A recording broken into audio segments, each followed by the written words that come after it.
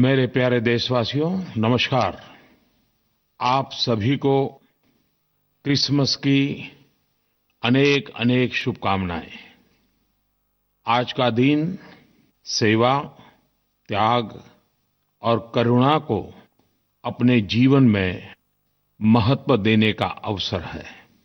ईसा मसीह ने कहा, गरीबों को हमारा उपकार नहीं, हमारा स्वीकार चाहिए।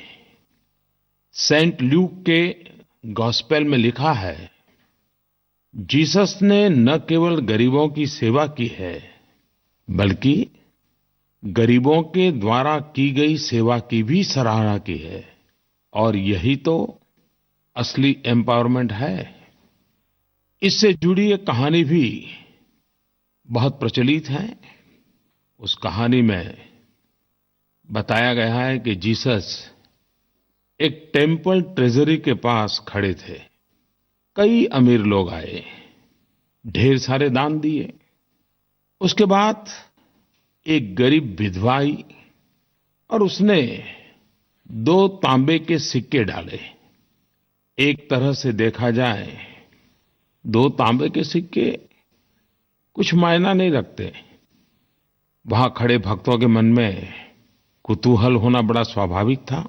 तब जीसस ने कहा कि उस विधवा महिला ने सबसे ज्यादा दान किया है, क्योंकि औरों ने बहुत कुछ दिया, लेकिन इस विधवा ने तो अपना सब कुछ दे दिया है।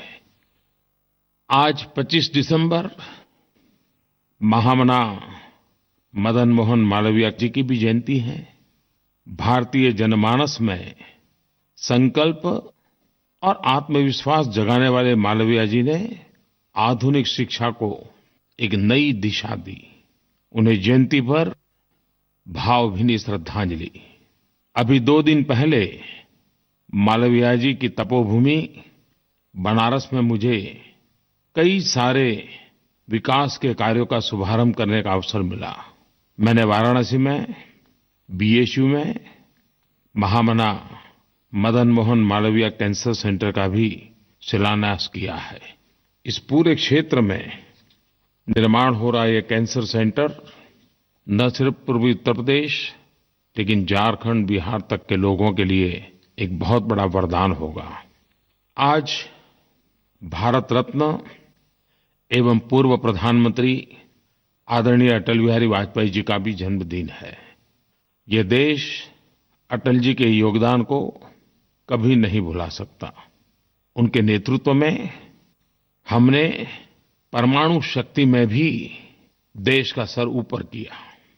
पार्टी नेता हो, संसद सदस्य हो, मंत्री हो या प्रधानमंत्री, अटल जी ने प्रत्येक भूमिका में एक आदर्श को प्रतिष्ठित किया।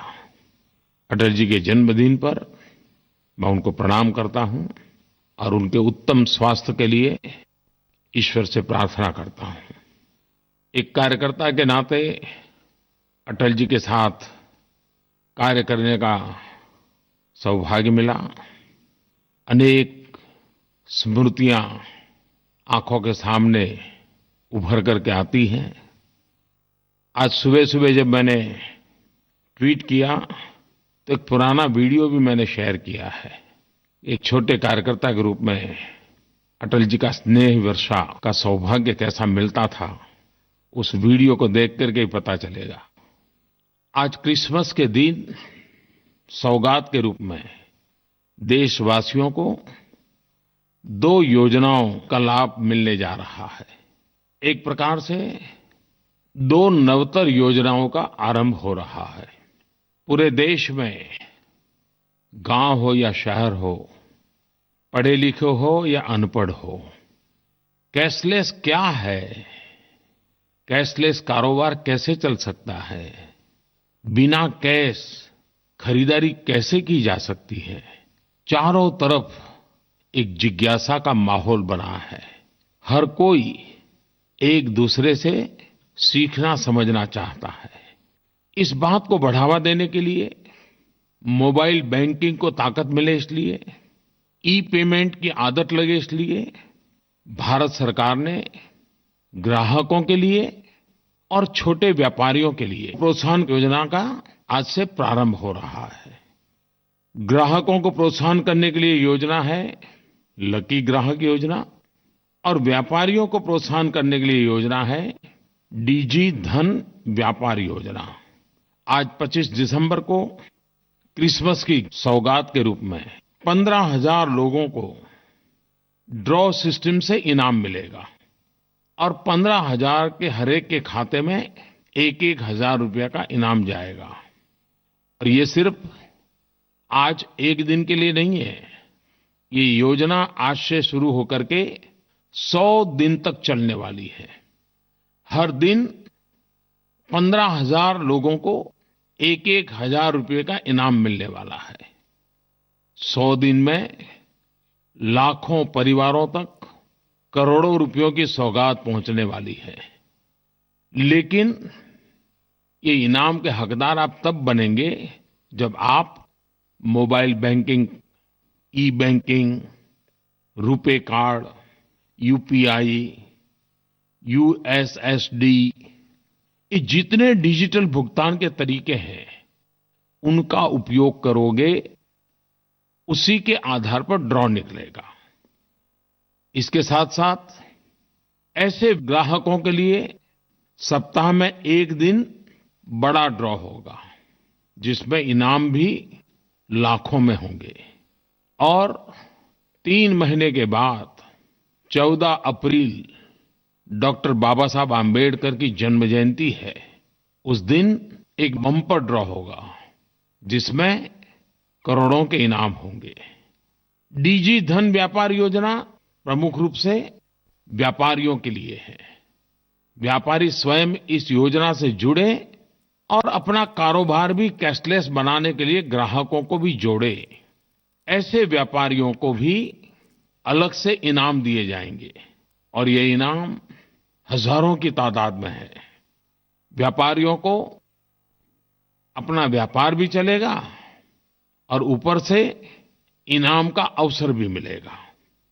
ये योजना समाज के सभी वर्गों, खास करके गरीब एवं निम्न मध्यम वर्ग, उनको केंद्र में रख करके बनाई गई है। और इसलिए जो 50 रुपये से ऊपर खरीदते हैं और 3,000 से कम पैसों की खरीदी करते हैं, उन्हीं को इसका लाभ मिलेगा। 3,000 रुपये से ज्यादा खरीदी करने वाले को इस इनाम का लाभ नहीं मिलेगा। गरीब से गरीब लोग भी यूएसएसडी का इस्तेमाल कर फीचर फोन, साधारण फोन के माध्यम से भी सामान खरीद भी सकते हैं, सामान बेच भी सकते हैं और पैसों का भुगतान भी कर सकते हैं। और वे सब इस इनाम योजना के लाभार्थी भी बन सकते हैं। ग्रामीण क्षेत्रों में भी लोग एईपीएस के माध्यम से खरीद बिक्री कर सकते हैं और वे भी इनाम जीत सकते हैं। कईयों को आश्चर्य होगा, भारत में आज लगभग 30 करोड़ रुपए कार्ड हैं, जिसमें से 20 करोड़ गरीब परिवार जो जनधन खाता वाले लोग हैं, उनके पास है। ये 30 करोड़ लोग तो तुरंत इस इनामी योजना का हिस्सा बन सकते हैं। मुझे विश्वास है कि देशवासी इस व्यवस्था में रुचि लेंगे और आपके अगल-बगल में जो नौजवान होंगे वो जरूर इन चीजों को जानते होंगे। आप थोड़ा सा उनको पूछोगे, वो बता देंगे। अरे आपके परिवार में भी 10वीं 12वीं का बच्चा होगा तो वो भी भली भांति ये चीज आपको सिखा देगा। ये बहुत सरल है। जैसे आप मोबाइल फोन से व्हाट्सएप भेजते हैं ना, उतना ही सरल है। मेरे प्यारे देशवासियों, मुझे ये जानकर के खुशी होती है कि देश में टेक्नोलॉजी का उपयोग कैसे करना, ई पेमेंट कैसे करना, ऑनलाइन पेमेंट कैसे करना, इसकी जागरूकता बहुत तेजी से बढ़ रही है। पिछले कुछ ही दिनों में कैशलेस कारोबार, बिना नगद का कारोबार 200 से 300% बढ़ा है। इसको बढ़ावा देने के लिए भारत सरकार ने एक बहुत बड़ा फैसला लिया है। ये फैसला कितना बड़ा है इसका अंदाज तो व्यापारी बहुत अच्छी तरह लगा सकते हैं। जो व्यापारी डिजिटल लेनदेन करेंगे, अपने कारोबार में नगद के बजाय ऑनलाइन पेमेंट की पद्धति विकसित करेंगे, ऐसे व्यापारियों को इनकम टैक्स में छूट दे दी गई है। मैं देश के सभी राज्यों को भी बधाई देता हूं, यूनियन टेरिटरी को भी बधाई देता हूं। सबने अपने-अपने प्रकार से इस अभियान को आगे बढ़ाया है। आंध्र के मुख्यमंत्री श्रीमान चंद्रबाबू नायडू के अध्यक्षता में एक कमेटी भी बनाई है, जो इसके लिए अनेक योजनाओं पर विचार कर रही है। लेकिन मैंने देखा कि सरकारों ने भी अपने तरीके से कई योजनाएं आरंभ की हैं, लागू की हैं। किसी ने मुझे बताया कि असम सरकार ने प्रॉपर्टी टैक्स और व्यापार लाइसेंस फी का डिजिटल भुगतान करने पर 10% छूट देने का निर्णय किया है। ग्रामीण बैंकों के ब्रांच अपने 75% उपभोक्ता से जनवरी से मार्च के बीच कम से कम 2 डिजिटल ट्रांजैक्शन करवाते हैं तो उन्हें सरकार की ओर से 50,000 रुपये इनाम मिलने वाले हैं। 31 मार्च 2017 तक अगर 100% डिजिटल ट्रांजैक्शन करने वाले गांवों को सरकार की ओर से उत्तम पंचायत फॉर डिजी ट्रांजैक्शन के तहत 5 लाख रुपए का इनाम देने की उन्होंने घोषणा की है। उन्होंने किसानों के लिए डिजिटल कृषण शिरोमणि, असम सरकार ने ऐसे पहले 10 किसानों को 5,000 रुपया इनाम देने का निर्णय किया है, जो बीज और खाद की खरीद के लिए पूरी तरह डिजिटल भुगतान का इस्तेमाल करते हैं। मैं असम सरकार को बधाई देता हूं, लेकिन इस प्रकार से इनिशिएटिव लिए सभी सरकारों को बधाई देता हूं। कई ऑर्गेनाइजेशंस ने भी गांव गरीब किसानों के बीच डिजिटल लेनदेन को बढ़ावा देने के कई सफल प्रयोग किए हैं। मुझे किसी ने बताया, GNFC, Gujarat Narmada valley fertilizer और केमिकल लिमिटेड, जो मुख्यतः खाद का काम करता है, उन्होंने किसानों को सुविधा हो इसलिए 1000 पॉश मशीन खाद जहां बेचते हैं वहां लगाए हैं और कुछ ही दिनों में 35,000 किसानों को 5 लाख खाद के बोरे डिजिटल भुगतान के माध्यम से कर दिए। और ये सब सिर्फ 2 हफ्ते में किया। और मजा ये है कि पिछले वर्ष की तुलना में जीएनएफसी की खाद की बिक्री में 27% बढ़ोतरी हुई है। भाइयों बहनों, हमारी अर्थव्यवस्था में, हमारी जीवन व्यवस्था में इनफॉर्मल सेक्टर बहुत बड़ा है और ज्यादातर इन लोगों को मजदूरी का पैसा, काम का पैसा या पगार नगद में दिया जाता है, कैश में सैलरी दी जाती है। और हमें पता है उसके कारण मजदूरों का शोषण भी होता है। 100 रुपये मिलने चाहिए तो 80 मिलते हैं, 80 मिलने चाहिए 50 मिलते हैं। और इंश्योरेंस जैसे हेल्थ सेक्टर के दृष्टि से अन्य कई सुविधाएं होती है, उससे वो वंचित रह जाते हैं। लेकिन अब कैशलेस पेमेंट हो रहा है, सीधा पैसा बैंक में जमा हो रहा है। एक प्रकार से इनफॉर्मल सेक्टर फॉर्मल में कन्वर्ट होता जा रहा है। शोषण बंद हो रहा है। कट देना पड़ता है तो वो कट भी अब बंद हो रहा है। और मजदूर को, कारीगर को, ऐसे गरीब व्यक्ति को पूरे पैसे मिलना संभव हुआ है। साथ-साथ अन्य जो लाभ मिलते हैं, वे लाभ का भी वो हकदार बन रहा है।